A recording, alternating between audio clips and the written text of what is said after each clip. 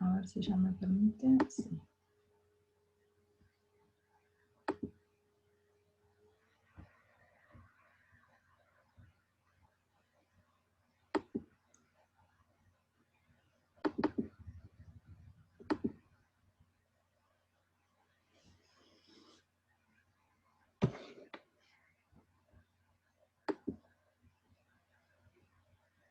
Bueno, esperamos un ratito más, chicos, para que se vayan incorporando otros compañeros.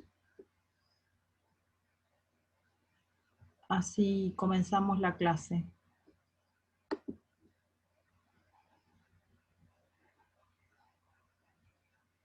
¿Me escuchan bien y ven bien el Power? Como están todos con sus cámaras, sin cámaras, no puedo saber si lo ven bien y escuchan bien.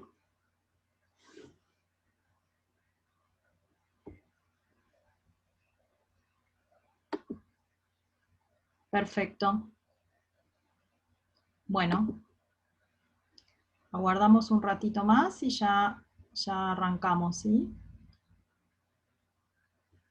Hasta ahora son 6 participantes, así que esperamos un ratito, que recién son las 3, menos 2 minutos.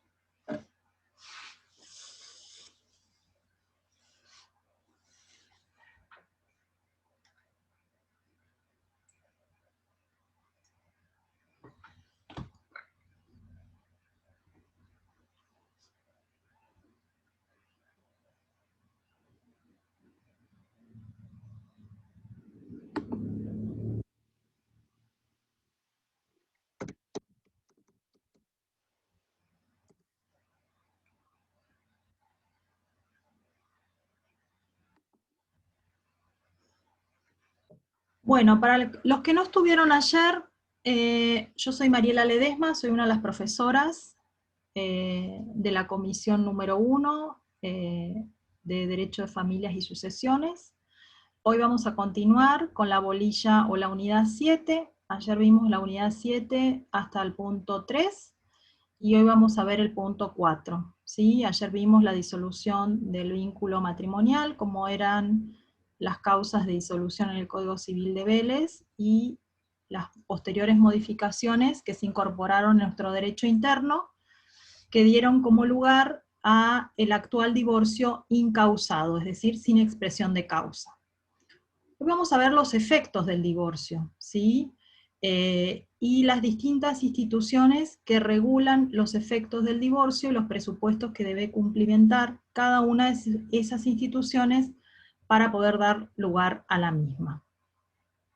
Voy a arrancar la clase hablando de uno de los efectos que produce el divorcio, que es la compensación económica. A ver si me pasa la filmina. Ahí está.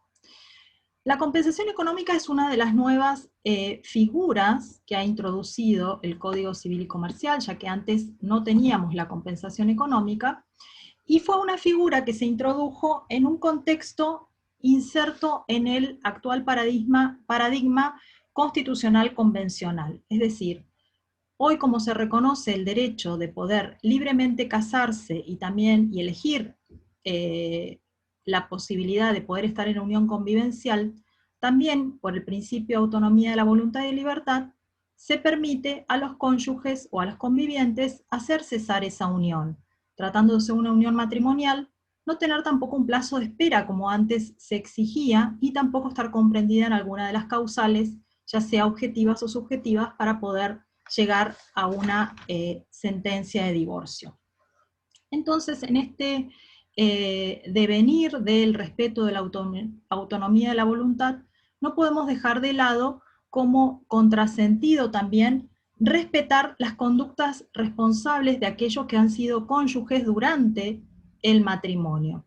Y es así que la compensación económica se ha creado teniendo en cuenta la asignación de roles y posicionamientos que tenían los cónyuges durante el matrimonio, para evitar que una vez cesado el vínculo matrimonial por el divorcio, se produzca el desequilibrio que pueda afectar o empeorar la situación de uno de los cónyuges y generar un perjuicio o un enriquecimiento, mejor dicho, al otro cónyuge. Vamos a ver que la compensación económica, si bien nosotros hoy vamos a abordar la compensación económica producida como consecuencia del divorcio, vamos a ver que la figura de la compensación económica la vamos a encontrar tanto en el divorcio declarado judicialmente, como en la unión convivencial, como en la nulidad del matrimonio, ¿sí? Esta figura, la compensación económica, es denominada en distintos sistemas comparados como prestaciones compensatorias, prestaciones postdivorcios, pensiones compensatorias o de desequilibrio y pensiones económicas, ¿sí? El código la llama compensaciones económicas.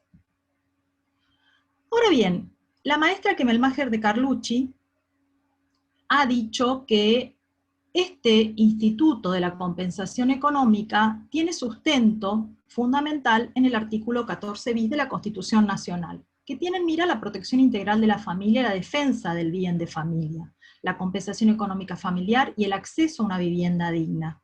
De la misma manera sustentaría la protección de los derechos de seguridad social, que son reconocibles constitucionalmente.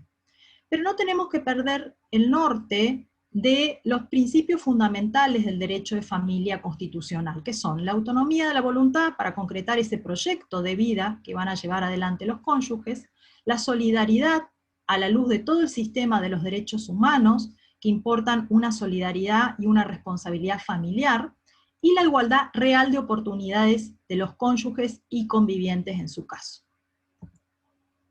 Ahora bien, una de las definiciones que yo les traigo acá a colación, porque hay muchas definiciones de compensación económica, pero todas tienen las mismas características o particularidades, es la de la doctora Graciela Medina. Graciela Medina dice que la compensación económica es aquella cantidad periódica o prestación única que un cónyuge o conviviente debe satisfacer a otro tras el divorcio por la finalización de la convivencia para compensar ese desequilibrio padecido por un cónyuge o conviviente, acreedor, en relación con el otro cónyuge o conviviente, deudor, como consecuencia directa del divorcio o la finalización de la convivencia, en el caso de que se trate de una unión convivencial, que implique un empeoramiento en relación con su anterior situación al matrimonio o convivencia. Es decir, que de esta definición y de el articulado del código vamos a ver los parámetros que vamos a tener en cuenta para ver si se configura o no la compensación económica, ¿sí? ¿Cuál es la finalidad de la compensación económica? El propósito es tratar de nivelar ese desequilibrio, equilibrar la desigualdad económica entre los cónyuges, dice Adriana Krasnow, ¿sí? Pero esa desigualdad económica entre los cónyuges, ese desequilibrio, tiene que haber sido como consecuencia del divorcio, ¿sí? O como consecuencia del cese de la unión convivencial. La Cámara de Apelaciones de Comodoro Rivadavia ha dicho que la finalidad es evitar el injusto desequilibrio patrimonial que el cese de la unión pueda generar en uno de los cónyuges, siempre que ese desequilibrio tenga como adecuado la unión y su ruptura, ¿sí? Ahora vamos a ver en detenimiento cuáles son los presupuestos y las pautas que el Código establece para que estemos en presencia del Instituto de la Compensación Económica, es decir, qué recaudos establece el Código que se tienen que presentar para que una parte, un cónyuge, pueda reclamar al otro la compensación económica. Recuerden que la compensación económica también se puede convenir en el convenio regulador, ¿sí? Pero si no hay acuerdo entre las partes, como vimos ayer, queda expedita la vía autónoma para poder iniciarlo posterior al divorcio, en un plazo de 6 meses de dictada la sentencia. También es muy corto el plazo que la ley da, que es un plazo de caducidad. Otra de las razones de su incorporación, han dicho los autores, y sobre todo el fundamento del anteproyecto, es que esta figura ha sido incorporada en el Código Civil y Comercial como consecuencia de no regularse el divorcio de no regularse el divorcio causado, es decir, es una consecuencia del divorcio incausado, ¿sí? Que tiene como fundamento el principio de solidaridad familiar y que en virtud de que un divorcio, un matrimonio, no sea causa de enriquecimiento y empeoramiento económico del otro cónyuge. O sea, lo que se tiende a tratar de asegurar es aminorar ese desequilibrio manifiesto que pueda generar la ruptura del vínculo matrimonial. Y desde la perspectiva de género se ha dicho que es tendiente a respetar la igualdad de las partes, ¿sí? Y esto ha obligado al legislador a tener que adoptar mecanismos constitucionales tendientes a resolver y mitigar los problemas económicos de aquellas mujeres que como consecuencia del divorcio se han visto frustradas o se han visto empobrecidas en su situación de una situación de total desventaja en relación al hombre. También juega un rol la solidaridad familiar, porque no estamos hablando de solidaridad post-divorcio, ¿sí? Sino estamos hablando de una solidaridad que se mantuvo durante el matrimonio y que dio lugar al reparto de roles o de posicionamientos de las partes que durante el matrimonio era, digamos, asentido por ellos, ¿sí? Ahora bien, ¿qué naturaleza jurídica tiene la compensación económica? La compensación económica es una institución sui generis, es decir, toma partes de distintos institutos, pero no tenemos que confundirlo ni con la materia alimentaria, ni con los daños y perjuicios, ni con otras figuras afines. Tiene diferencias. Ahora vamos a ver algunas de ellas. Por ejemplo, si tenemos que comparar la compensación económica con la materia alimentaria, vamos a ver que el derecho alimentario es un derecho humano fundamental, mientras que la compensación económica es un derecho de crédito, por lo tanto se rige por la materia de las obligaciones. Mientras que la compensación económica procede ante los supuestos establecidos por la ley, los alimentos responden a una naturaleza asistencial y por necesidad. Yo le tengo que probar al juez el estado de necesidad para poder reclamar alimentos, ¿sí? Mientras que los alimentos pueden modificarse por el cambio de circunstancias, las compensaciones económicas en principio no podrían modificarse. En principio digo porque es la regla general, salvo que se acrediten determinadas situaciones, que ahora las vamos a ver, que podrían hacer viable la posibilidad de modificación, lo cual también está discutido en la doctrina. La diferencia entre las compensaciones económicas y los daños es que el derecho de daños, ¿sí? Tenemos que acreditar, mejor dicho, la concurrencia de los presupuestos de la responsabilidad civil, es decir, la antijuridicidad, el factor de atribución, el daño, el nexo causal. Mientras que en la compensación económica no tenemos que probar ninguno de estos presupuestos de responsabilidad civil porque son distintos institutos y distintas materias que son reguladas. Mientras que en el daño tenemos que acreditar el nexo causal entre el comportamiento antijurídico y el daño causado, tales circunstancias tampoco tenemos que acreditar en la compensación económica, que lo único que tenemos que acreditar como causa fuente, el matrimonio y la ruptura con el divorcio. En el daño tenemos que, depende del factor de la antijuridicidad, en la compensación económica no, en el daño depende del factor de atribución subjetivo u objetivo, mientras que en la compensación económica tampoco depende de ese factor. Bien, adentrándonos un poco al Código Civil, a la definición que nos da el Código Civil de compensación económica, se encuentra regulada en el artículo 441. Que dice que el cónyuge a quien el divorcio produce un desequilibrio manifiesto, que, ahí me sale cortada la filmina, que bueno, que produjo un empeoramiento de su situación y que tiene por causa adecuada el vínculo matrimonial o su ruptura, tiene derecho a una compensación. Esta compensación podrá consistir en que en una prestación única, en una renta periódica y determinada, y excepcionalmente, dice, en forma indeterminada. ¿De qué manera puede pagarse? En dinero, con el usufructo de determinados bienes, o de cualquier modo que acuerden las partes o decida el juez. Este artículo es muy importante porque me da determinadas pautas, ¿sí? me habla de cuándo se produce la compensación económica, cuando existe ese desequilibrio que implica un perjuicio o un empeoramiento de la situación, que tiene por causa el vínculo matrimonial, ¿sí?, y su ruptura. En ese caso, cuando se dan estos presupuestos, podríamos hablar de una compensación económica, ¿sí? Y el mismo código, en este artículo 441, me dice de qué manera puede ser esa compensación económica. Puede ser una renta única, puede pagarse por periodos determinados, puede ser por un tiempo determinado, o también puede ser por un plazo indeterminado, ¿sí? Puede pagarse con la renta de determinados bienes, etc. En esto prima la autonomía de la voluntad si es que las partes acuerdan la compensación económica. Si no, será facultad del juez determinar qué establece como compensación económica.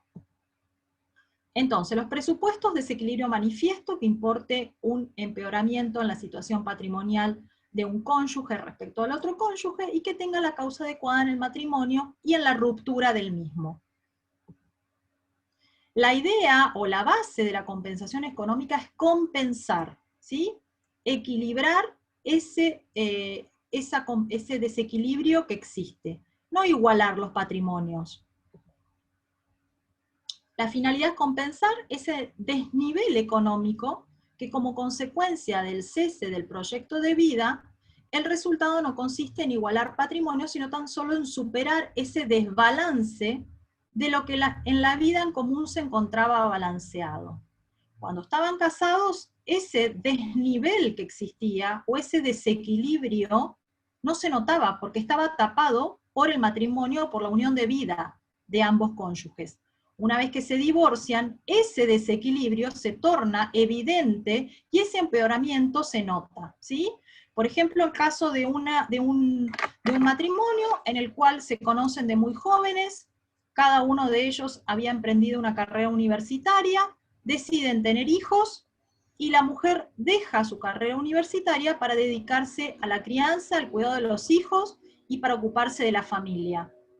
Uno de los cónyuges, el que continúa estudiando, se recibe de una determinada carrera, sigue realizando especializaciones, posgrados, máster, doctorados, y llega a un nivel de realización personal, es el sostén de la familia, pero esta mujer ha quedado postergada por dedicarse al cuidado de los hijos, no ha terminado de estudiar, y ese ha sido el juego de roles que entre los cónyuges han acordado durante el matrimonio.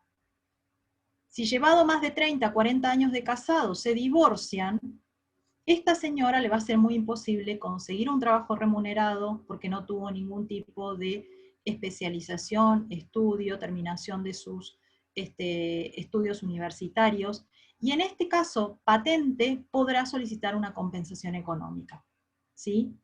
Obviamente que cada caso particular hay que analizarlo en concreto, y en muchos casos, como en este que les di de ejemplo, el juez podrá, en este caso particular, si supongamos no son tantos años de matrimonio los que estuvieron, y es una persona que no es tan grande, podrá pagarle como compensación económica, el juez podrá fijar, por ejemplo, que una determinada suma para que termine sus estudios, para que haga sus especializaciones, ¿sí? Esto va a quedar al arbitrio del juez si no llegan a un acuerdo, ¿sí? Pero es un caso que en la jurisprudencia se ha resuelto así en un caso conocido.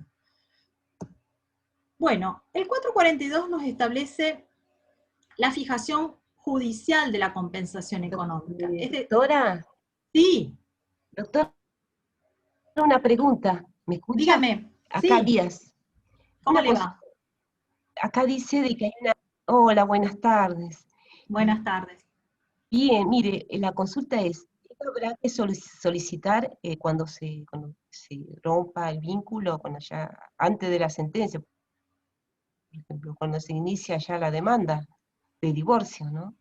Uno Ya se puede, a ver, presentaría así hay dos el opciones. pedido Hay dos del opciones. 441, no sé, ¿no es cierto? Sí, Exacto. Le voy a cuento, cerrar. hay dos opciones. Uno, cuando pretende divorciarse e inicia, por ejemplo, una petición unilateral de divorcio, que yo les dije ayer, hay que presentar la propuesta de convenio regulador, puede incluir entre los ítems que peticiona una compensación económica. Cuando se le corre traslado a la contraria, puede ser que la contraria acepte, habíamos dicho, todos los términos de la propuesta de convenio regulador o acepte algunos términos. Si acepta todos los términos y en esos términos está incluida la compensación económica, se homologa el acuerdo y esa propuesta que después se convierte en convenio con la aceptación del otro cónyuge va a ser la compensación económica. Supongamos, me presento a peticionar mi divorcio y digo, considero que mi ex cónyuge o fulanito de tal me tiene que pasar en concepto de compensación económica 500.000 pesos porque yo estuve bajo la crianza de sus hijos, no salí a trabajar, no me desarrollé profesionalmente. Se le corre traslado a la parte contraria y la parte contraria dice, me parece bien, acepto esa compensación económica que me reclama. O puede decir que no. Si dice que no, se va a fijar una audiencia y se va a tratar de llegar a un acuerdo con el consejero. ¿Sí? Supongamos que no se llega a acuerdo con el consejero. Se va a dictar la sentencia de divorcio. Y a partir del dictado de la sentencia de divorcio, esa cónyuge que ya había peticionado o había propuesto en el convenio regulador la posibilidad de que se inserte la compensación económica, va a iniciar una acción autónoma de compensación económica. Tiene un plazo para iniciarlo, un plazo muy pequeño, que son 6 meses. Desde que sale la sentencia de divorcio, tiene un plazo de 6 meses para iniciar la acción autónoma de compensación económica, en la cual el juez va a tener en cuenta esto que venimos hablando y este artículo 442 que son las pautas o los presupuestos que el juez tiene en cuenta para hacer lugar o no a la acción de compensación económica. ¿Contesté su pregunta? Una consulta más. Sí, ¿Esto dígame. siempre se da a nivel de la parte de la esposa o ex esposa? ¿Puede También puede suceder que sea al revés? Sí, puede Que suceder, por supuesto. el Por esposo, supuesto. Sí, porque a lo sí. mejor ella tiene mucho dinero, supongamos, puede ser así. Sí, puede ser, por supuesto. Acá no hay, digamos, una cuestión de género, ¿sí? Hay muchos esposos que quedan relegados y tienen una esposa exitosa que se desarrolló profesionalmente y que, bueno, él no se ha desarrollado y se ha dedicado al cuidado de los hijos, la crianza, ocuparse de la casa y se ha apartado, digamos, de lo que es su desarrollo personal y profesional. ¿Sigo adelante o quiere? Sería el mismo caso, o sea, tenía Sí, que... sí. oh, Lo que sí, pasa es no, está que muy bien. lo que Muchas pasa es que gracias. por ahí, lo que pasa es que por ahí es como más evidente por una cuestión patriarcal que ha existido siempre en nuestro derecho, que siempre esté más relegada a la mujer. Pero hace muchos años que hay mucha igualdad entre el hombre y la mujer, por lo Claro. tanto esta situación se puede presentar tranquilamente ante un señor, por supuesto. No hay ningún inconveniente. Traigo el ejemplo este como que es más No hay notorio, ¿no? ningún inconveniente. Bueno, analizando el Muy bien, 442, muchas gracias. no, por favor, pregúntenme lo que necesiten. A falta de acuerdo de los cónyuges en el convenio regulador, ¿sí? A los fines de determinar la procedencia y el monto de la compensación económica, el juez va a tener en cuenta ciertas circunstancias. Vamos a ver, va a tener en cuenta el estado patrimonial de los cónyuges al inicio y a la finalización del matrimonio, los cuidados que cada cónyuge brindó a la familia y a la crianza y a la educación de los hijos durante la convivencia y la que tienen que prestar con posterioridad al divorcio, la edad y el estado de salud de los cónyuges y de los hijos, la capacitación y las posibilidades de acceder a un empleo del cónyuge que requiere la compensación económica, la colaboración prestada a las actividades mercantiles, industriales y profesionales del otro cónyuge, la atribución de la vivienda familiar y si recae sobre un bien de familia, un bien propio o un bien arrendado, en este último caso, quién abona el canon locativo, y la última parte del artículo me habla del tiempo que tiene el cónyuge que reclama la compensación económica, que es de 6 meses de haberse dictado la sentencia de divorcio. Es una acción que caduca. No inicia la parte en el plazo de 6 meses, perdió el derecho a reclamar. De pleno derecho. Entonces, vamos a analizar un poquito las cuestiones que trae esta norma. ¿Qué tiene que analizar el juez? En el convenio regulador no se pusieron de acuerdo las partes y una de las partes inicia en forma autónoma la compensación económica. ¿Qué va a tener el juez en cuenta para poder fijar la compensación económica? El estado patrimonial de cada uno de los cónyuges al inicio, a la finalización de la relación matrimonial. Esto es muy importante, es como una fotografía, dicen los autores, del estado patrimonial que cada uno de ellos tenía cuando comenzó la relación matrimonial y cuando finalizó la misma. Los distintos estadios que fue pasando esa relación matrimonial en cuanto a lo patrimonial, ¿sí? Nos habla la segunda parte de la dedicación que cada cónyuge brindó a la familia, a la crianza y a la educación de los hijos durante la convivencia, y la que también va a tener que prestar con posterioridad a la convivencia, es decir, la dedicación que han tenido, el dejar de lado su realización personal para dedicarse a la crianza y educación de los hijos. Estas cuestiones son sumamente importante a los fines de valorar el instituto y la procedencia y las pautas que van a determinar después, si se hace lugar a la compensación económica, el monto de la compensación económica. La edad y la salud de los cónyuges y de los hijos. No es lo mismo pedir una compensación económica cuando se es más joven que cuando se está en una avanzada edad en la cual es más difícil reinsertarse en el mercado laboral y comenzar de nuevo. La capacitación laboral y las posibilidades de acceder al empleo también es muy importante, porque hay que ver si tiene alguna capacitación previa, si ha terminado los estudios primarios, secundarios, universitarios, si los dejó en el medio, si tuvo alguna chance de poder especializarse, y en función de todo esto, qué capacidad tiene de poder comenzar de cero y comenzar a la edad que se divorcia a poder conseguir un empleo. La colaboración prestada a las actividades mercantiles, industriales y profesionales. Hay muchísimos casos en los cuales uno ve que la cónyuge, estoy hablando en la, pero puede ser el cónyuge, la o el cónyuge, pueden asistir y estar, digamos, apoyando a ese cónyuge en esas actividades mercantiles o industriales. Llámese estar de cajera en el negocio de ropa que tiene el señor, estar haciéndole la contabilidad atrás y sabe que no percibe un salario, pero lo está apoyando y colaborando, ¿sí? No está trabajando en forma remunerada, está ayudando a esa familia que salga adelante. Esas cuestiones también se tienen en cuenta, ¿sí? La atribución de la vivienda también hay que tener en cuenta los fines de la compensación económica. La compensación económica, como dice el artículo que vimos anteriormente, podrá consistir en una prestación única, es decir, en un monto determinado de un pago único, ¿sí?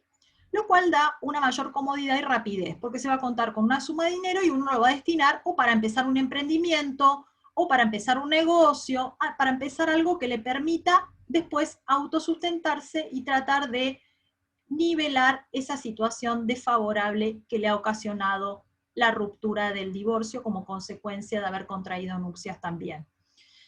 Soluciona el problema de una vez, permite disponer de un capital con el cual reequilibrar ese desequilibrio, evita conflictos posteriores en cuanto al pago de la renta, porque ahí vienen los problemas, pueden empezar a existir incumplimientos si uno hace en forma periódica, incumplimientos de ese pago de la cuota de compensación económica.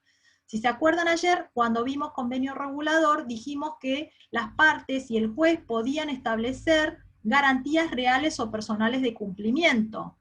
Si nosotros hacemos un convenio regulador en el cual se acuerden cuotas, podemos establecer estas garantías por el incumplimiento, ¿sí? Ayer también les dije el mismo ejemplo. Hacerlo de prestación única evita también el encuentro constante entre el excónyuge deudor y la cónyuge o cónyuge acreedor, ¿sí?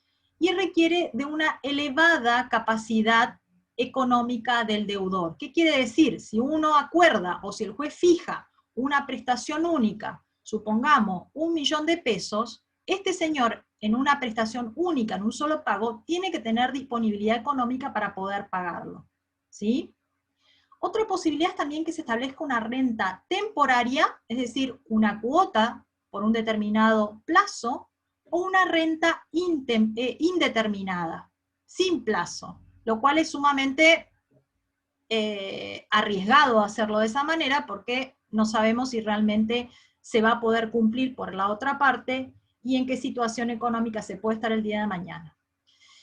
La regla temporaria potencia la igualdad, da una igualdad de oportunidades, ¿sí? Y evita que el divorcio sea una renta parasitaria, dice, hacerlo sin fijación de plazo. ¿Qué nos dice el fundamento del anteproyecto de la reforma? Dice, nada impide que los cónyuges convengan el monto de la compensación económica en un solo pago, pero que como se trata de una protección con fundamento en la solidaridad familiar, ante la falta de acuerdo va a ser el juez el que va a determinar su procedencia y el monto si correspondiere. Lo que tiene que estar dirigida a la compensación económica es hacer un análisis comparativo de la situación patrimonial que cada uno de los cónyuges tenía al inicio del matrimonio y al momento de disolverse el vínculo, ¿sí?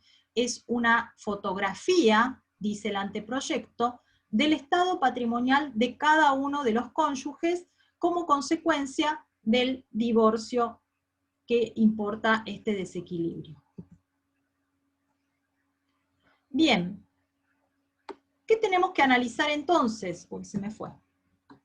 Tenemos que analizar la evolución patrimonial de cada uno de los cónyuges antes, durante y después de la ruptura. Evaluar, lo más importante evaluar es la última etapa, ¿sí? Y cuáles fueron las reales oportunidades de proyección y de acontecimientos que pudieron ocurrirle a ese cónyuge en miras a poder efectuar una mejor calidad de vida en su proyecto de vida familiar después del divorcio. Y hay que hacer un análisis comparativo en cuanto a las edades, en cuanto a la existencia de hijos, quién se encontraba a cargo del cuidado de los hijos, de la salud, de las actividades laborales y profesionales, entre otras. El artículo 442, en la última parte, como ya les señalé, nos establece el plazo que tiene el cónyuge para reclamar la compensación económica. Es un plazo de caducidad. Dice, la acción para reclamar la compensación económica caduca a los 6 meses, de haberse dictado la sentencia de divorcio. La caducidad extingue el derecho no ejercido. La doctrina discute si es o no justo este plazo. La doctrina que está de acuerdo con este plazo, como es la doctora Krasnow, dice que es considerable que haya un plazo para poder interponer la acción, porque si se deja transcurrir el plazo sin reclamar ese derecho que se pudiera tener lugar, se entiende y su comportamiento, el comportamiento del cónyuge que no reclama, pone en evidencia que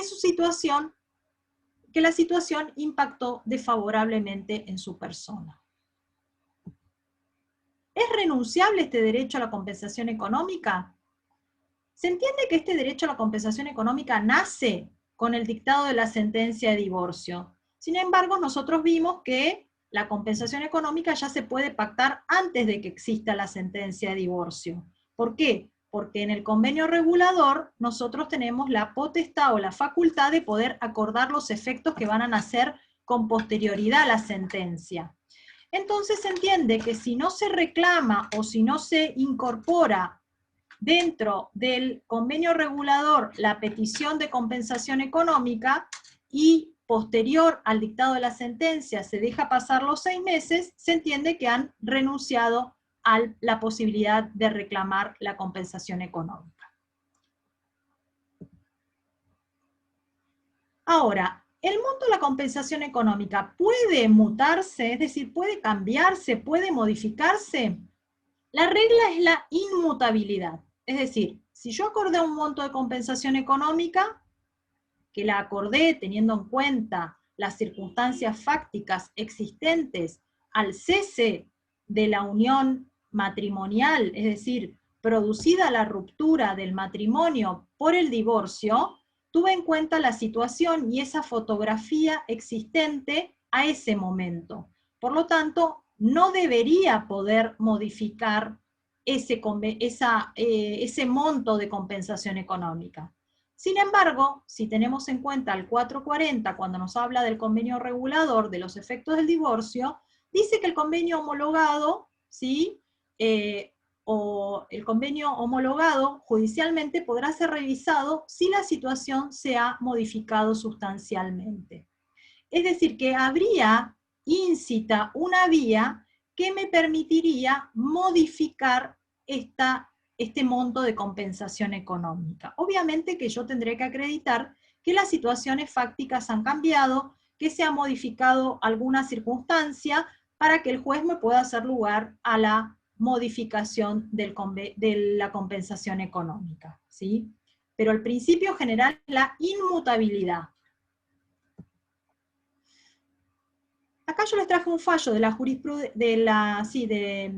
Cámara de Apelaciones del 2016, que ha llegado a la Cámara, como les dije anteriormente, y les traje los fundamentos o las apreciaciones que ha tenido en cuenta primera instancia y las que tiene en cuenta la Cámara de Apelaciones en cuanto al monto de la compensación económica. En primera instancia se estableció un determinado monto, ¿sí?, de compensación económica, pagadero en tantas cuotas, ¿sí?, mientras que en Cámara se estableció un monto único pagadero en una sola cuota. ¿Qué dijo el juez de primera instancia? Hizo lugar a la demanda por compensación económica en favor de la señora M.A.G. contra el señor J.M.D.F., fijando la misma en una renta consistente en el 20% del total de la facturación mensual, incluyendo aguinaldos, premios y cualquier gratificación por el desempeño profesional como médico, ¿sí?, con efecto retroactivo al momento de la sentencia. Mientras que la Cámara la fijó un monto fijo y no un porcentual, y estableció en 3 cuotas. Perdón, me confundí, les dije en una cuota eran 3. En primera instancia el 20% de todo lo que ganaba este médico, ¿sí? Y se iba a pagar mensualmente. La Cámara dijo, no, vamos a fijar un monto fijo de 150, pagadero en 3 cuotas, iguales consecutivas de 50.000, adicionándole en caso de mora, intereses a la tasa pasiva más alta que abone el Banco Provincia de Buenos Aires. Fíjese que acá la Cámara directamente ya le aplica la mora para el caso de incumplimiento de alguna de las cuotas de la compensación económica. ¿Qué tuvo en cuenta a primera instancia? Dice, la edad de la peticionante dificulta su inserción en el mercado laboral, ya que solo puede ejercer algunas horas como docente de carácter provisorio, lo cual demuestra el contratiempo que enfrenta para acceder a puestos remunerados. La superior formación y capacitación del esposo, que es médico, con servicios de profesión en distintos medios, una mirada comparativa de la situación de las partes durante el matrimonio y de la que actualmente ostenta la requirente, permite inferir que le fueron asignados en la liquidación de la sociedad a la esposa generadores de ingreso y sí fuente segura de erogaciones para su mantenimiento. El cese de la convivencia ocasionó a la señora un abrupto descenso en su nivel de vida. Mientras que la alzada que dijo, las prestaciones compensatorias no deben ser utilizadas para volver a valorarse las cuestiones de la culpa. Lo equitativo y razonable no es la búsqueda de una nivelación o igualación entre las partes, sino la recomposición del correspondiente a uno de los cónyuges en relación al empobrecimiento del otro. La unión matrimonial se extendió por 3 décadas, ambos eran estudiantes, muy jóvenes, de 21 y 19 años. Por condiciones objetivas y de la dinámica familiar, nacimiento de 3 chicos al tiempo de casarse, la atención que los mismos requerían, y que tuvo que la madre hacerse cargo de las labores de ama de casa, la personalidad, la actividad del recurrente, la permanencia de la familia en Vallauca, y luego el traslado a Lincoln. Y acá mencionan, mi mamá se recibió de profesora de geografía, estudió de grande. cuando mi hermana va por último año del secundario, estudia en Lincoln y al terminar da clases de filosofía y antes daba catecismo en un colegio y en la parroquia.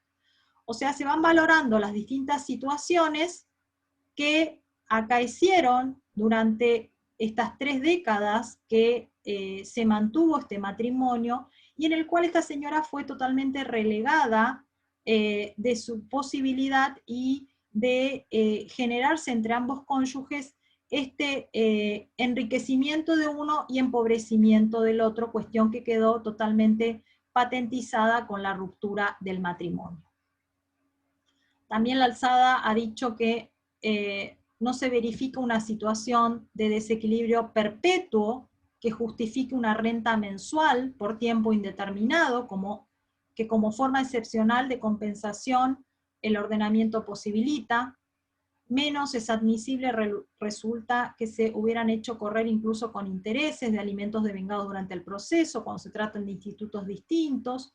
No hay incongruencia de la apelación, la pronunciada amplitud en la que se está propuesta otorga un gran poder a la figura del juez, quien tiene a su cargo la decisión ante la ausencia de un convenio regulador de los excónyuges en cuanto a la forma de pago. Es decir, lo que critica la Cámara es, a ver, esta señora tuvo algún desempeño profesional o terminó sus estudios quizás cuando los chicos eran más grandes, ¿sí?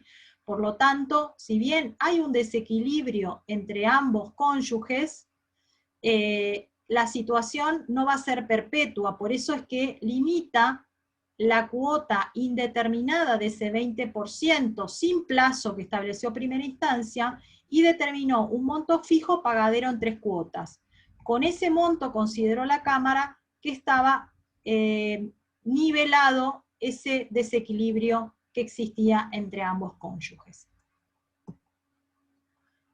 Ahora vamos a pasar a otro de los efectos del divorcio, que es la atribución de la vivienda. La atribución de la vivienda está fundado también en los principios de solidaridad familiar. Es un derecho humano fundamental que, si bien puede importar una restricción al derecho de dominio, ¿sí?, se funda en el principio de solidaridad familiar y acceso a la vivienda digna por parte de uno de los cónyuges. Ustedes van a ver a lo largo de todo la cursada de familia que vamos a hablar mucho de los alimentos, y la mayoría de los alimentos, ya sean derivados de la responsabilidad parental, los alimentos postdivorcio, los alimentos entre parientes, van a ver que el sustento fundamental está dado en todo el plexo normativo internacional que traen los tratados internacionales y que se incorporaron en nuestra Constitución con la reforma del 94. Entonces tiene distintos reconocimientos: el artículo 14 bis de la Constitución Nacional, a nivel internacional el artículo 16 infine de la Declaración Universal de los Derechos Humanos, el artículo 11 de la Declaración Americana de los Derechos y Deberes Humanos y del Hombre, el artículo 17 de la Convención Americana de los Derechos Humanos, el Pacto de Derechos Económicos, Sociales y Culturales, y el artículo 27 de la Convención de los Derechos del Niño, entre otros. Bien, la atribución de la vivienda implica desmembrar un derecho de propiedad que produce un deslinde entre la titularidad, que se conserva sin alteraciones, y el ejercicio de uso que hace en quien no es titular, dice Kemelmacher de Carlucci. El artículo 443 regula la atribución de la vivienda. Recuerden que ayer cuando vimos convenio regulador dijimos que también podía incluirse la atribución de la vivienda. Si no llegamos a acuerdo en el convenio regulador, tenemos la vía autónoma, que es este artículo, el 443.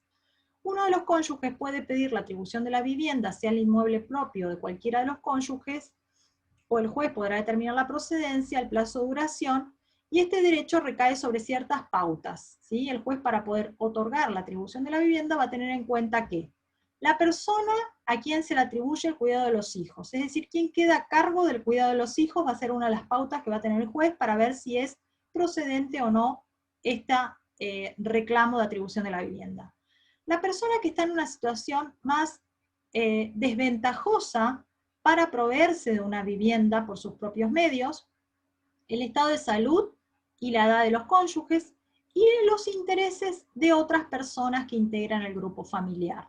Es decir, tiene una muy amplia mirada a este artículo, en esta última parte, cuando me dice los intereses de otras personas que integran el grupo familiar.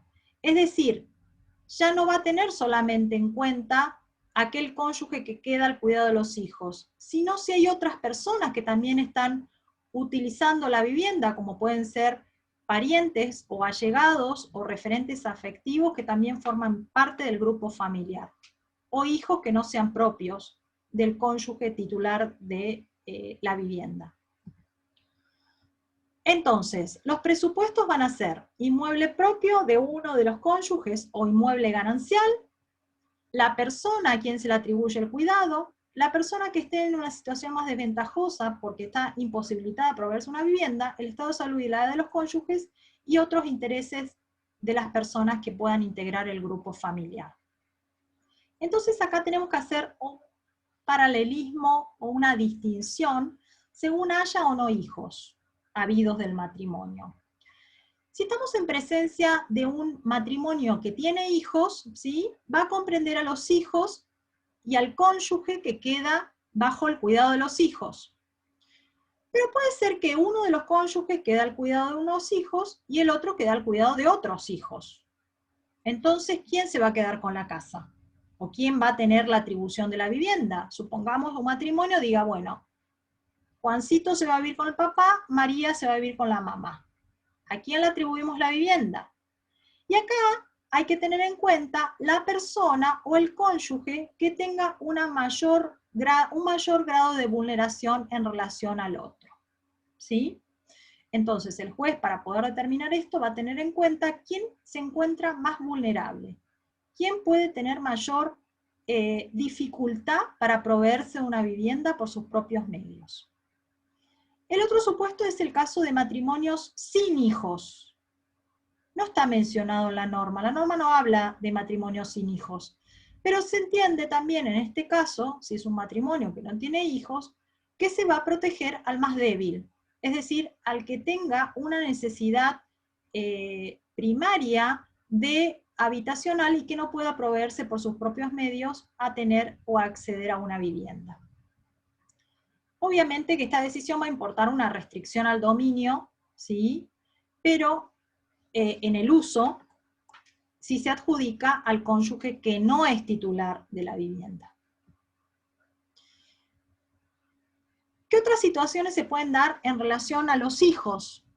Puede ser que sean hijos mayores de edad, por lo tanto, en principio, a la mayoría de edad, si uno se pone a pensar, cesaría la obligación alimentaria, pero esto no es así. En nuestro código la obligación alimentaria se mantiene hasta los 21 años, aun cuando a los 18 ya se adquiere la mayoría de edad, y se puede mantener hasta los 25 años si se trata de un hijo que estudia y no puede trabajar por el tiempo de estudio que le insume concurrir a la facultad o estar cursando vía online y no tiene capacidad para poder trabajar y autosustentarse, ¿sí? Por lo tanto, si hay hijos mayores de edad, también la obligación alimentaria se mantiene, y como la vivienda es uno de los rubros de la prestación alimentaria, también es una cuestión que hay que tener en cuenta.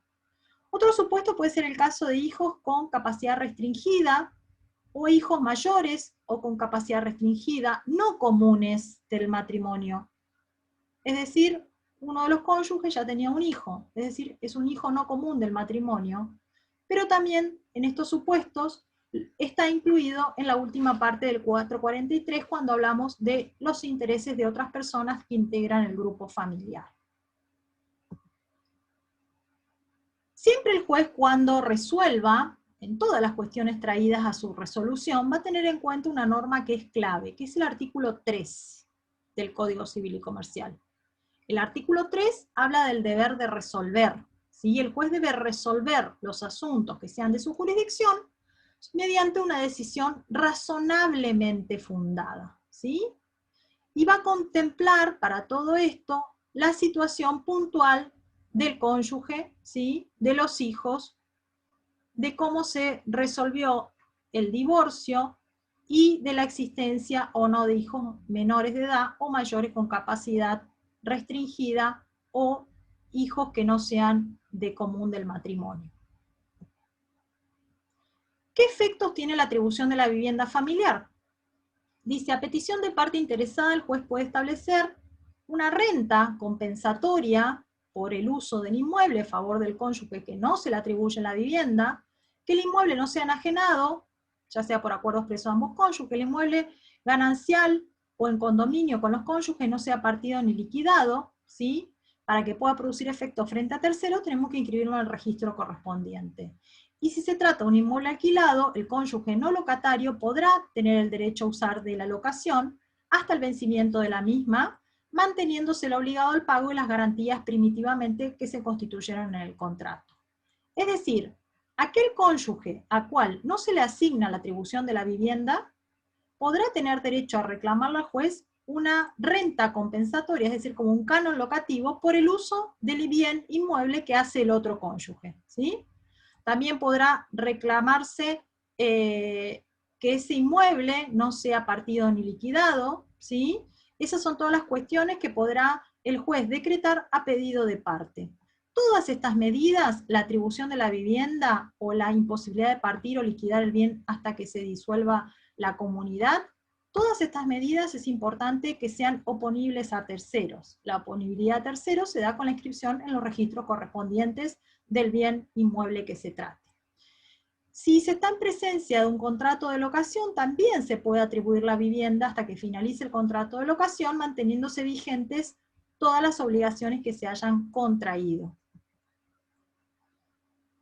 Bien, ¿qué supuestos se nos pueden presentar? Puede ser que sea un inmueble que sea sede de la familia, pero que la titularidad recaiga en cabeza de uno de los cónyuges, ¿sí?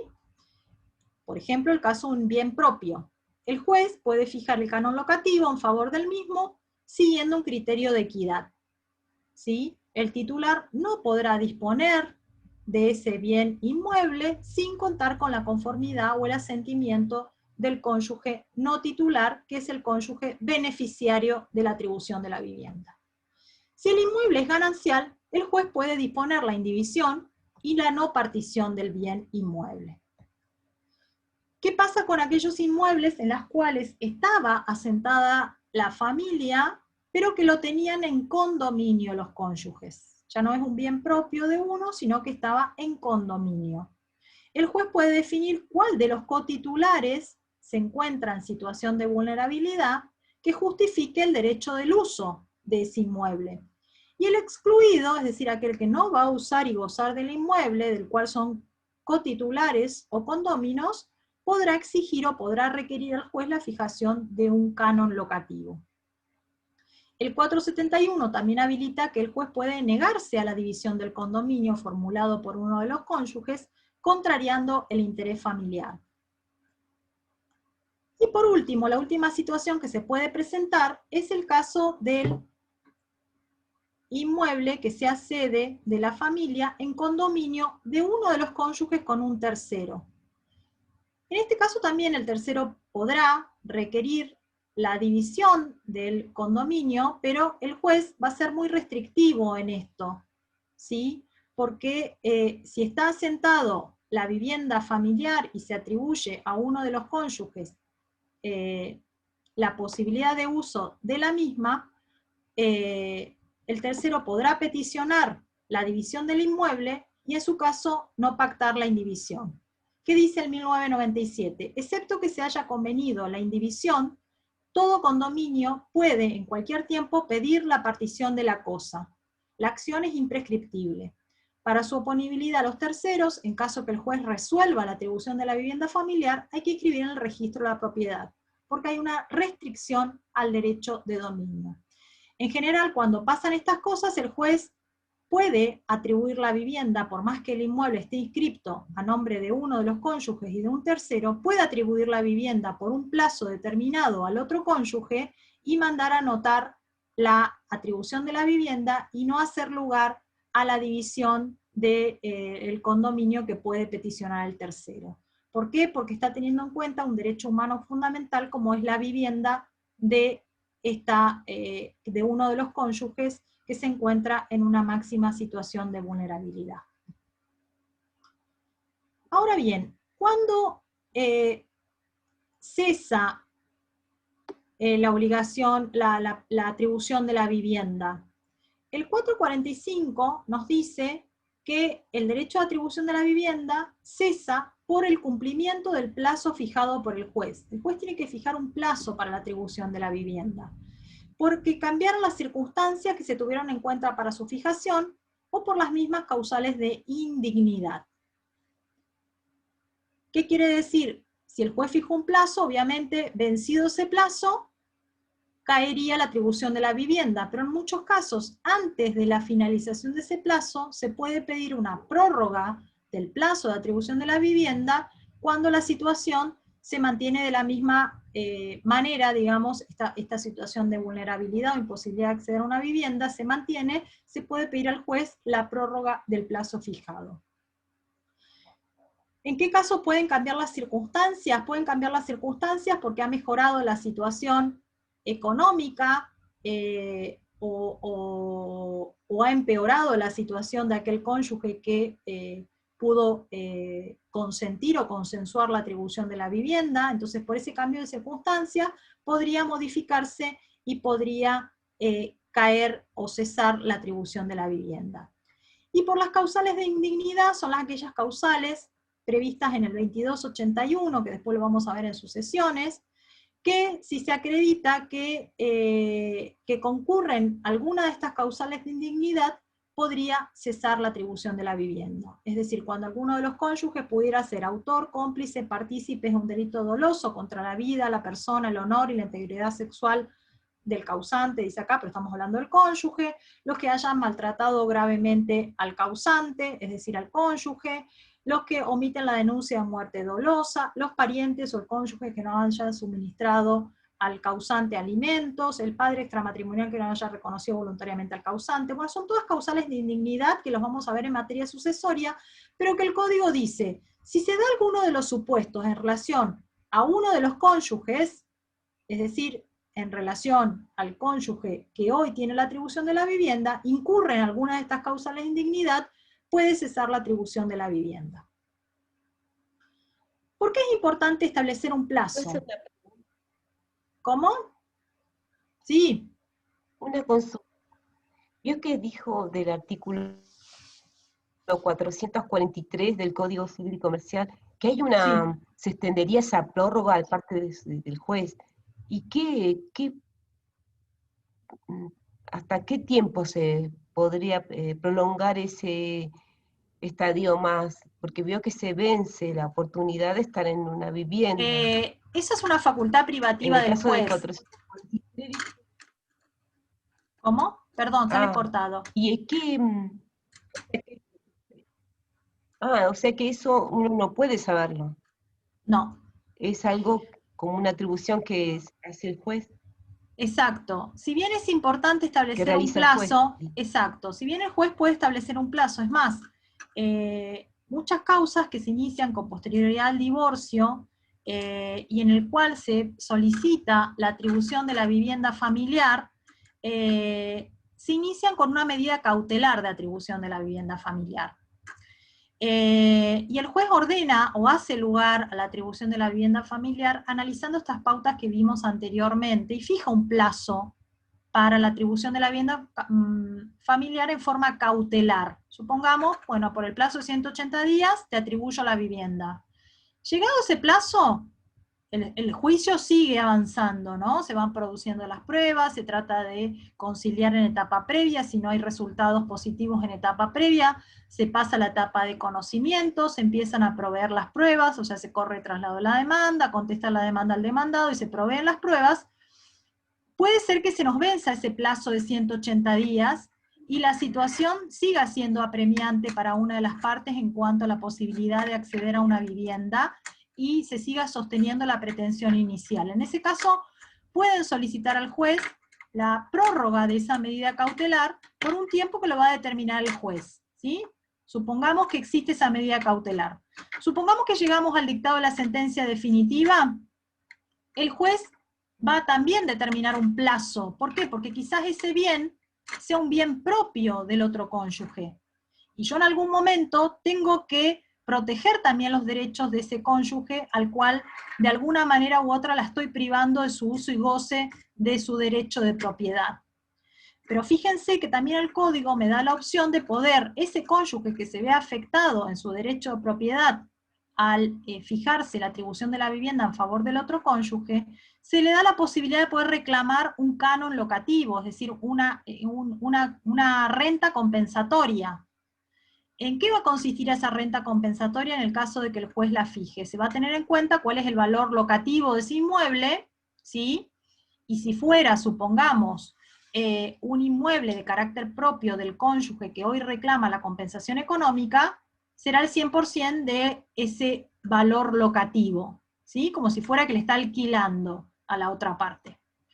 Ahora, si el inmueble es ganancial y todavía no lo han liquidado al inmueble, ¿sí? Generalmente, y esto obviamente va a depender de cada caso particular, esa renta compensatoria, tomando en cuenta un valor de alquiler de esa casa, de esa propiedad, va a ser el 50%. ¿Por qué?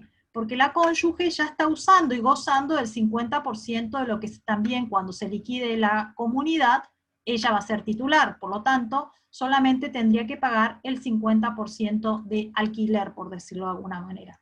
¿Me entendieron el ejemplo? ¿Sí? Sí, comprendí, lo entendí. Con el Bien. ejemplo pude comprender mejor. Perfecto. Pero bueno, están esas opciones de poder ir haciendo, porque muchas veces, digamos, la necesidad de contar con una vivienda es una necesidad de ya, no esperar al resultado de una sentencia. Por eso es que generalmente cuando se inicia un expediente de atribución de la vivienda, se interpone juntamente con una medida cautelar, una medida anticipatoria de evitar ese riesgo o perjuicio. ¿Sí?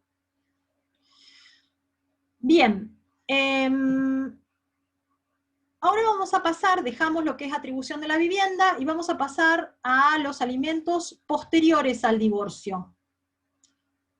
Sepan ustedes que una vez cesado el matrimonio, no existe ninguna obligación alimentaria entre los cónyuges, como sí existía cuando estaban casados, que existía la obligación alimentaria. Cesado el matrimonio, cesa cualquier tipo de prestación alimentaria entre ellos, ¿sí? Pero el codificador permitió, en determinados supuestos que deben estar debidamente acreditados en el expediente o en el reclamo, la posibilidad de un reclamo de alimentos posteriores al divorcio. Sepan ustedes que con el divorcio antes de la reforma del Código Civil y Comercial, el divorcio que existía con la 23.515 y con todas las normas que modificaron el Código Civil y Comercial, cuando llegábamos a una sentencia de divorcio por culpa de uno de los cónyuges, habilitaba al cónyuge inocente a poder peticionar alimentos. Hoy esta posibilidad no hay, porque no tenemos un divorcio con expresión de causa, tenemos un divorcio incausado.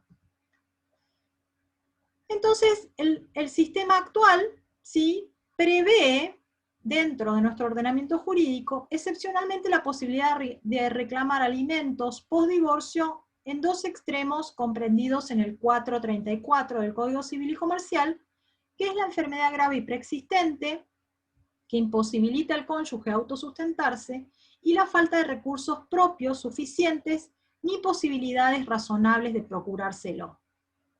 Y acá vamos a hacer un paralelismo, o vamos a hacer un pequeño repaso de cómo era en el Código de Vélez, o en la ley anterior, en la ley 23.515, qué es lo que se regulaba en relación a la materia alimentaria entre los cónyuges.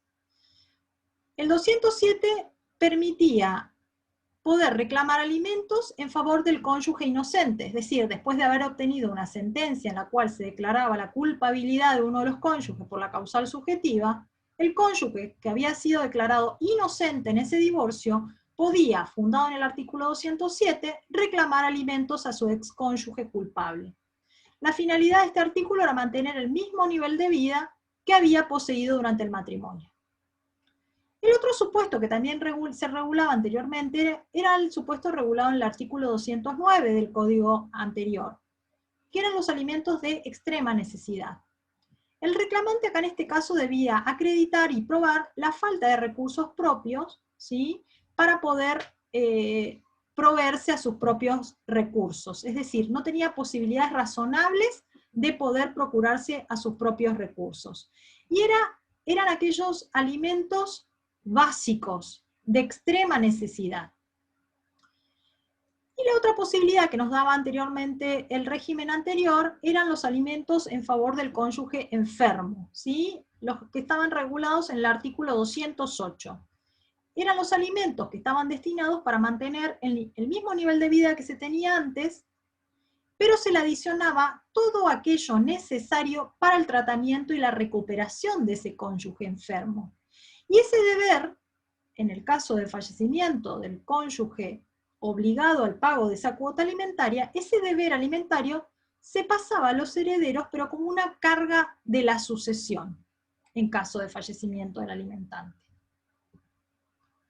Hoy, ¿qué nos dice el artículo 434, cuando nos habla de alimentos posteriores al divorcio? Dice, las prestaciones alimentarias pueden ser fijadas aún después del divorcio a favor de quien padece una enfermedad grave preexistente al divorcio que le impide autosustentarse. Si el alimentante fallece, la obligación se transmite a los herederos. Segundo, dice, a favor de quien no tiene recursos suficientes ni posibilidades razonables de procurárselo. Se va a tener en cuenta los incisos B, C y E del artículo 433. La obligación puede tener una duración, no puede tener una duración superior al número de años que duró el matrimonio y procede a favor y no procede en favor de quien recibe una compensación económica. En los dos supuestos previstos en este artículo, la obligación cesa si desaparece la causa que lo motivó o si la persona beneficiada contrae matrimonio o vive en unión convivencial, o cuando el alimentado incurre en alguna de las causales de indignidad. Nuevamente nos habla de las causales de indignidad que vimos anteriormente. Si el convenio regulador del divorcio se refiere a los alimentos, rigen las pautas que establecieron en el convenio. Entonces, ¿qué me dice el inciso A del 434? Enfermedad grave preexistente que impide autosustentarse.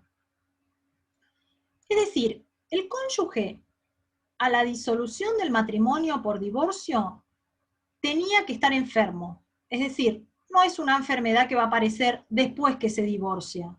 Tiene que haber sido una enfermedad anterior al divorcio, conocida por el otro cónyuge y que ya merecía un tratamiento o un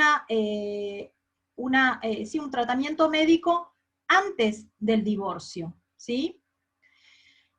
En caso de que el alimentante fallece, la obligación se transmite a los herederos. Acá la obligación, a diferencia del código anterior que decía que se transmitía a los herederos como una carga de la sucesión, acá se transmite a los herederos a título individual, no como carga sucesoria, ¿sí? Esa es la diferencia que hay con el código anterior. ¿De qué forma se va a efectivizar este derecho de deber alimentario? Ahí está el B. Lo pueden pactar en el acuerdo o en el convenio regulador, o lo pueden reclamar post sentencia de divorcio. De la misma manera que la compensación económica. Si nosotros en el convenio regulador, los cónyuges pudieron llegar al entendimiento de hacer el acuerdo e insertar dentro de los ítems del convenio regulador la compensación económica y la prestación alimentaria para la cónyuge o el cónyuge post divorcio, bienvenido sea. Si no, tiene la vía autónoma por este artículo 434. El inciso B nos habla de la ausencia de recursos suficientes y la imposibilidad de procurárselo.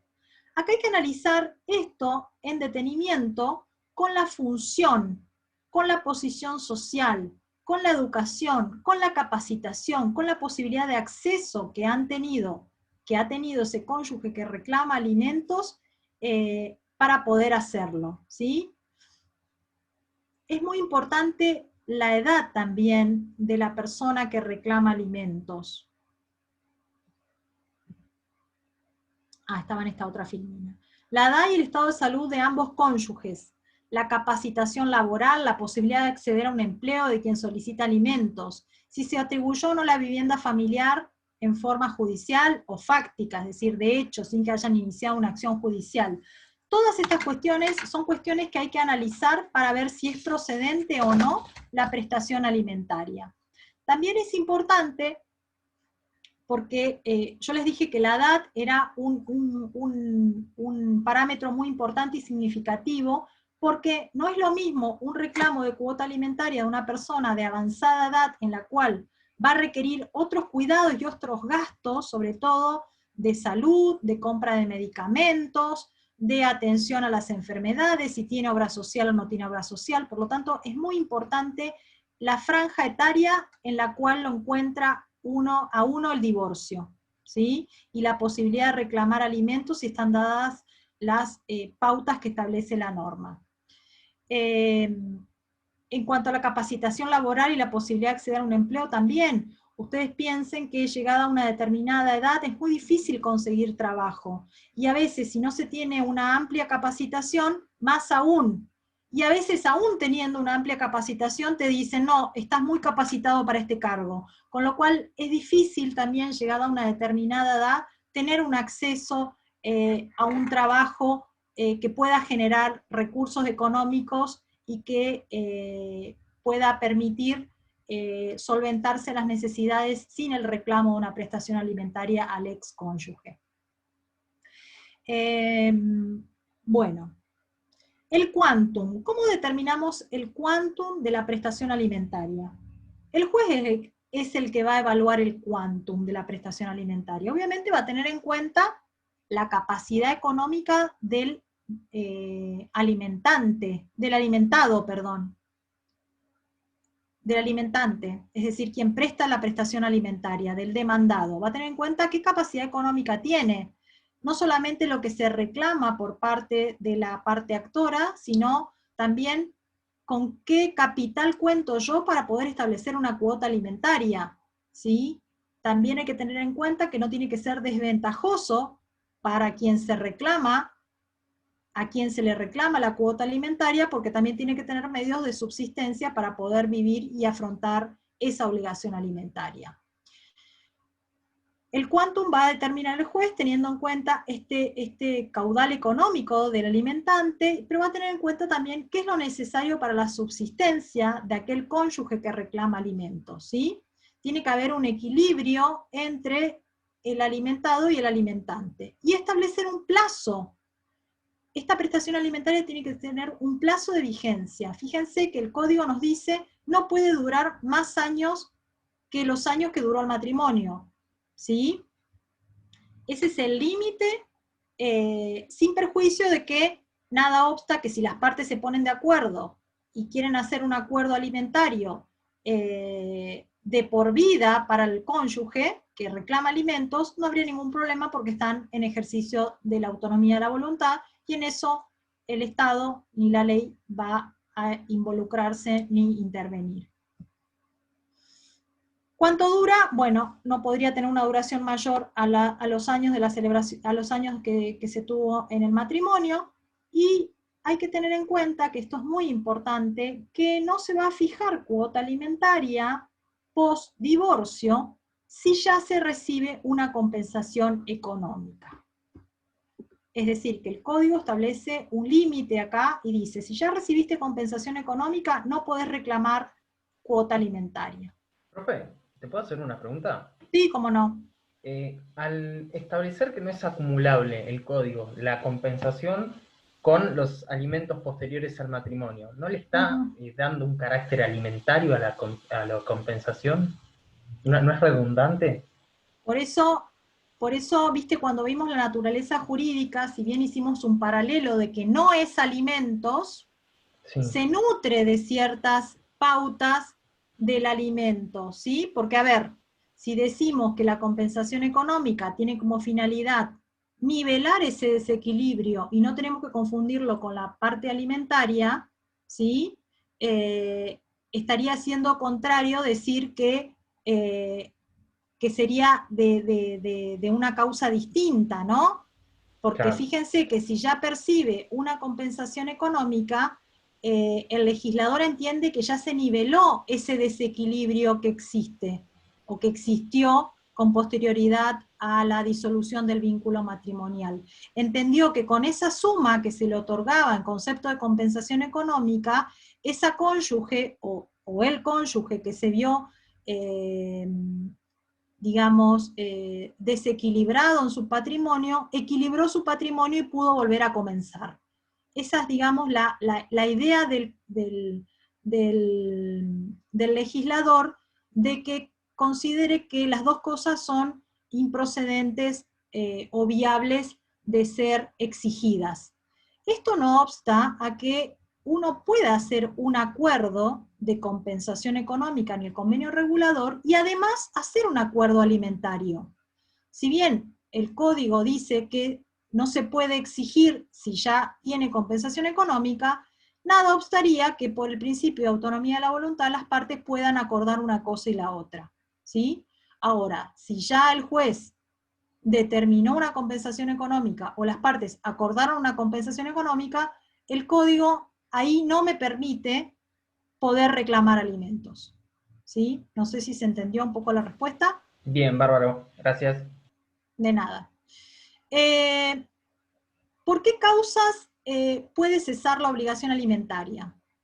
Por el motivo que motivó el reclamo alimentario, es decir, ha mejorado la fortuna de la persona que reclamó alimentos, se modificó esta situación, cesó la enfermedad que hizo peticionar esa cuota alimentaria, ¿sí?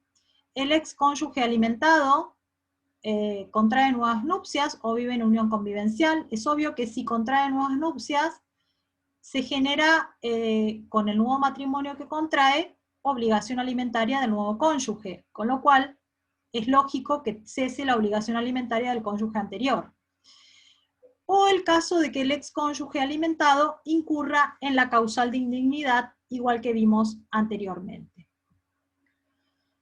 Entonces, ¿qué tenemos que tener en cuenta? Que en principio las compensaciones económicas no procederían cuando hay alimentos por divorcio y viceversa. Es el carácter excepcional de la prestación alimentaria posterior al divorcio, ¿sí? Porque lo que se tiende es a revalorizar el principio de autosuficiencia. Si existe una situación de desigualdad que puede ser compensada, hay que atender primero a ella, es decir, hay que hacer el reclamo de compensación económica. Y para el caso que no se den los presupuestos de procedencia de la compensación económica, o que no hayan sido reclamadas, o que haya caducado el tiempo que tenía, o el reclamo, digamos, haya caducado la acción por la falta de reclamo en tiempo oportuno, va a quedar habilitada la vía alimentaria también siempre que se den los supuestos de procedencia. Puede ser que en ninguno de los casos se den los supuestos, ni que yo logre comprobar la existencia de ese desequilibrio producido por la ruptura del divorcio y el empeoramiento de mi situación, y que sí pueda acreditar la viabilidad del reclamo alimentario. Siempre se tienen que dar los presupuestos de cada una de las figuras. Si no se dan los presupuestos, el juez lo rechaza sin límite. O sea, rechaza una vez producida toda la prueba, lo rechaza, ¿sí? Pero en muchos casos es muy difícil probar la compensación económica. De hecho, si ustedes buscan en la jurisprudencia, hay pocos casos que fueron admitidas las compensaciones económicas, y muchos casos fueron rechazados porque no encuadraban en la figura, ¿sí? Simplemente eran casos que sí existía un cierto desequilibrio, pero no fundado en la figura de la compensación económica como tal. Otro de los efectos de la extinción del régimen, otro de los efectos del divorcio es la extinción del régimen de comunidad. El divorcio disuelve el vínculo matrimonial y extingue el régimen de comunidad. El artículo 475 establece que el régimen de comunidad, ¿en qué causa se puede extinguir? Se puede extinguir por muerte comprobada o presunta, por la anulación del matrimonio putativo, por el divorcio y por la separación judicial de bienes y modificación del régimen convenido. Ahora bien, ¿a qué momento se retrotrae los efectos de la sentencia de divorcio? Y acá el artículo que regula esto es el 480. Dice que en los supuestos de anulación del matrimonio, divorcio, separación judicial de bienes, se produce la extinción de la comunidad con efecto retroactivo al día de la notificación de la demanda o de la petición conjunta de los cónyuges, salvo que la separación de hecho sin voluntad de unirse haya precedido a la anulación del matrimonio o al divorcio. En este último caso, la sentencia tiene efectos retroactivos al día de la separación. ¿Qué quiere decir con esto?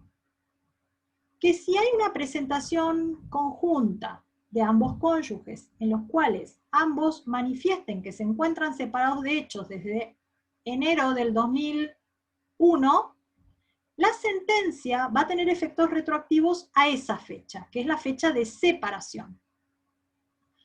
Si uno de los cónyuges inicia el divorcio, no manifiesta fecha de separación de hecho, porque quizás no haya una separación de hecho previa, se corre traslado de la propuesta de convenio regulador, se traba la litis, ¿sí?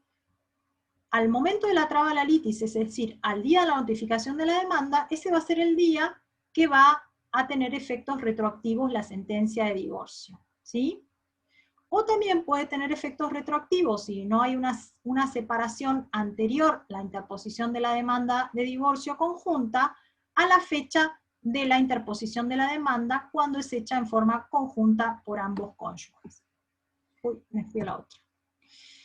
El juez cuenta con facultades para modificar, también dice el artículo, la extensión de los efectos retroactivos de la sentencia cuando se acredite la existencia de fraude o abuso del derecho, ¿sí? En todos esos casos va a quedar a salvo los derechos de terceros de buena fe que no sean adquirentes a título gratuito.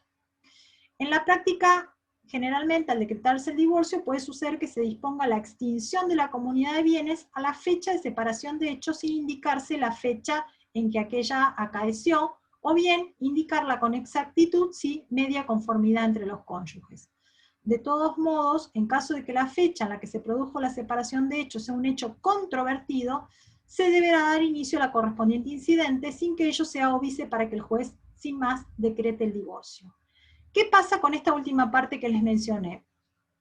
Hay muchos casos en que se inicia la sentencia de divorcio en forma unilateral, uno de los cónyuges, el que hace la petición de divorcio, denuncia como fecha de separación, supongamos, octubre del 2009.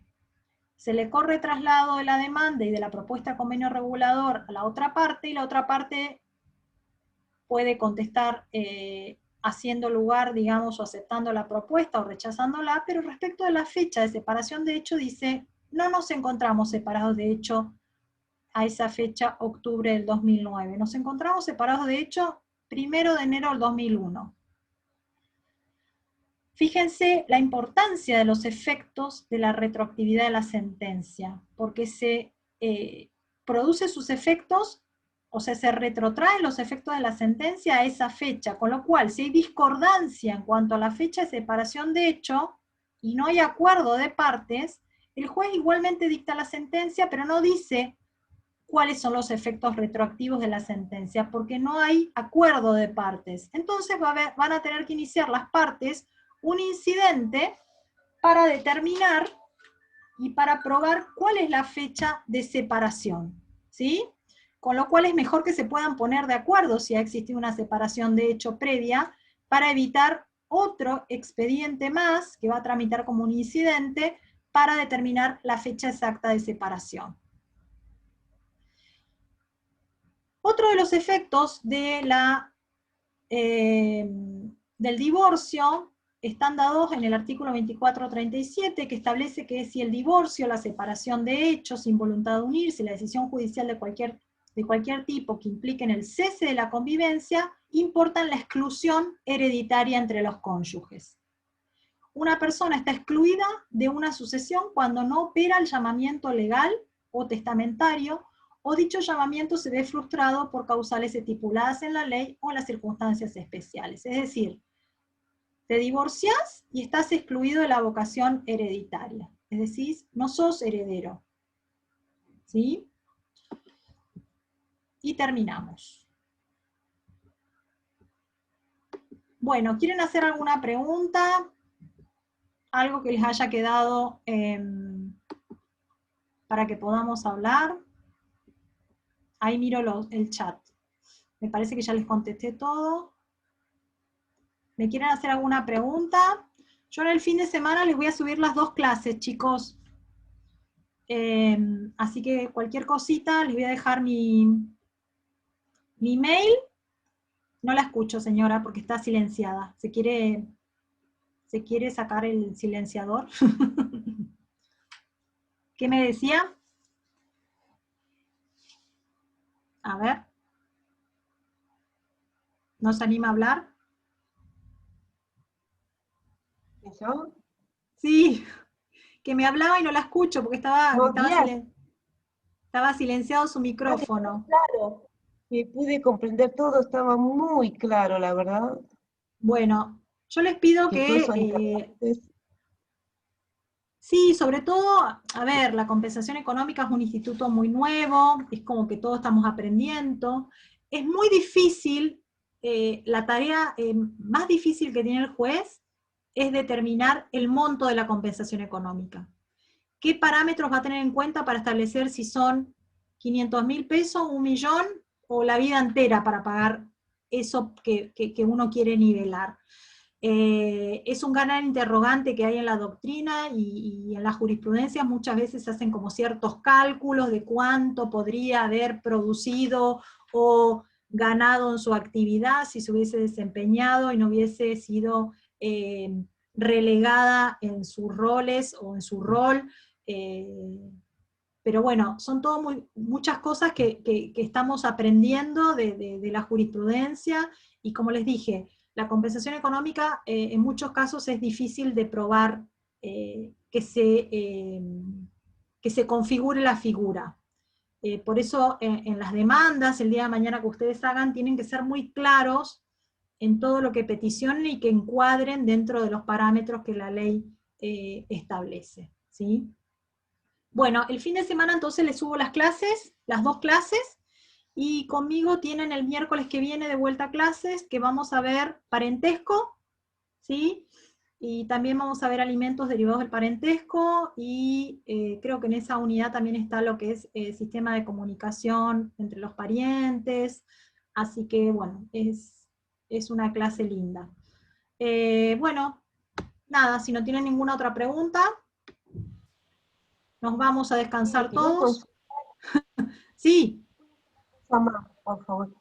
Usted había dicho de que había una doctora que estaba a favor de que prescriba los 6 meses este artículo, ¿cómo se llama? Espéreme.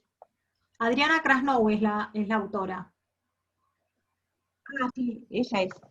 Lo que no le entendí cómo se llamaba. Sobre la compensación económica. Adriana Krasnow. Tiene un manual de derecho de familia que es muy lindo. Yo la mayoría de las clases la preparo con ella porque me gusta cómo escribe. Adriana Krasnow, con K. Krasnow. Ahí le escribo en el chat. Adriana Krasnow. A ver, acá tengo el libro. Tratado de Derecho de las Familias. Son 3 tomos. Es muy lindo y es muy actual. Es didáctico para estudiar. Trae opiniones siempre de otros autores. También es muy lindo para la compensación económica. A ver, no sé cómo se llama.